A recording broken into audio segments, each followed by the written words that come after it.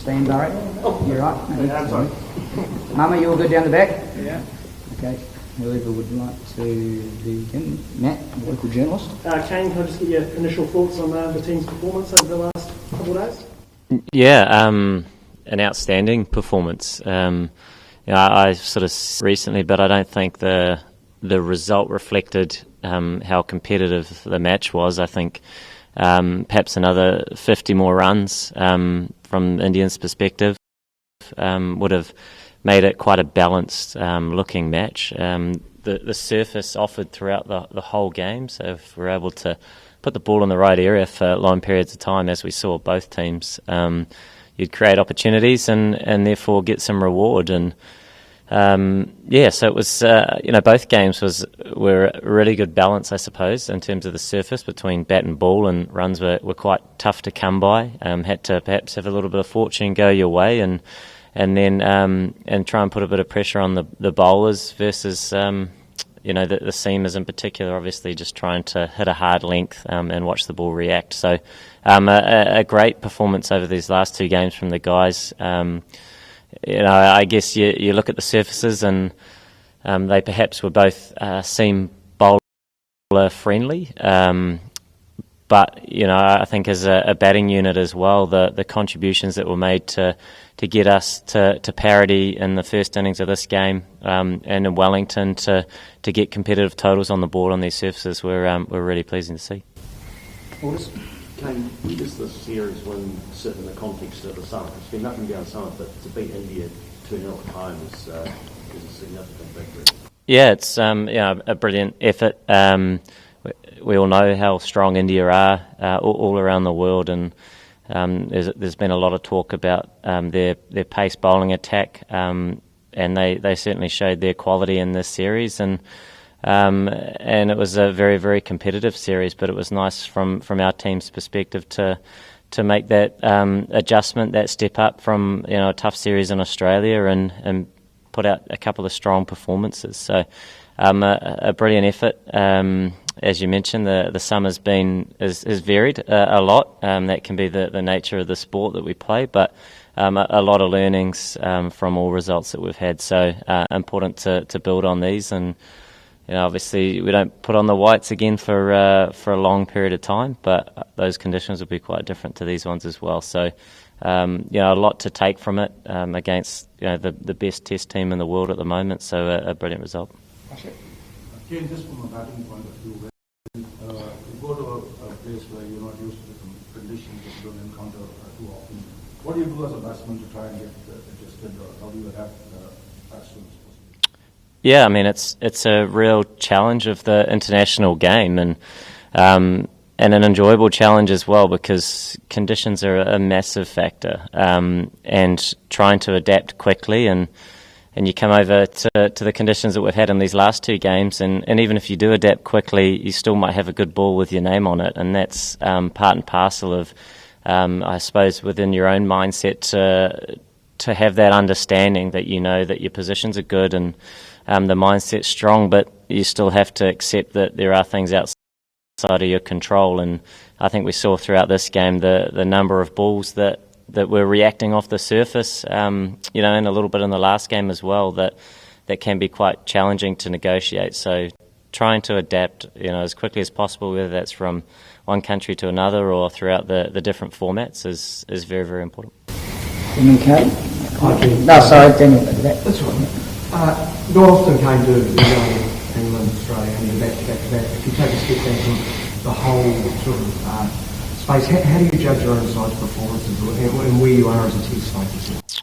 Yeah, I mean, probably the three top Test teams in the world, and we all have them in the one go, which obviously going into it was going to be and was very much a very, very tough challenge. And we talk about the quality of the opposition, but obviously the difference in conditions as well, and that has a factor. But a disappointing, I suppose, showing in Australia.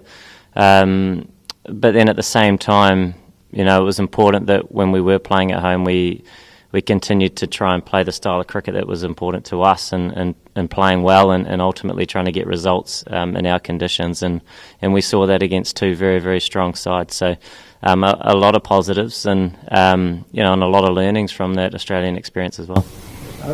Please do that. Kane, not from a batsman's perspective, but just as a captain, do you think the pitch we saw here could be a blueprint that you'd like to see New Zealand pitches behaving like? Maybe it prepares you better when you tour Australia or South Africa, more pace? Yeah, I mean the pace in the surface was probably more closely aligned to some of the surfaces in Australia. Maybe not so much the sideways movement, which we saw throughout, but that made a really sort of sporting balance between bat and ball. So it was something that was a little bit new for us as well. We've seen the conditions here in Christchurch, but in Wellington as well, where it often does a bit early, and then it certainly becomes a batting friendly type surface, and then it becomes guys putting in and bowling long overs and trying to create pressure over long periods of time to get that reward. Whereas the last two games the reward was a little bit quicker because the surfaces were slightly different to what we've had in the past. But at the same time, I think it's great. When you see Test cricket where there is that balance, whether it's early in the back end of a game or perhaps here, I think that the added pace meant that with the sideways movement, there was perhaps always a ball with your name on it. Sorry, one on Trent, like you face a lot of them in the nets and he seems to cover you a lot. Apart from the obvious, game that he generates, what makes him such a difference? I did notice you've been hanging out by the nets a lot when we've been training. Yeah, is that the most recent observation? No, he's he's a fantastic bowler, and when the ball is moving, he's a great exponent of putting it in the right area from that left arm angle and getting that movement, and whether that's in the nets or whether that's out in the middle, it's obviously very challenging to face. And I thought the plans that we looked to adopt and how he came around the wicket and changed that angle was brilliant. Even when perhaps it felt like that the pace of the wicket. Bro, can you tell her to ring back? Would you just like the song, do you? Hey.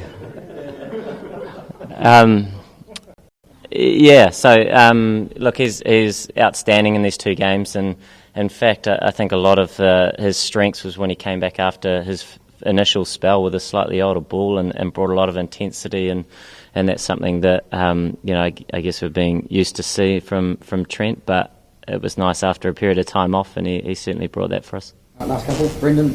And with the quotes, just to elaborate on what you said about Trent, what impressed you the most about them in this series? Obviously, after a pretty tough tour of Australia, where those guys didn't get a lot of reward.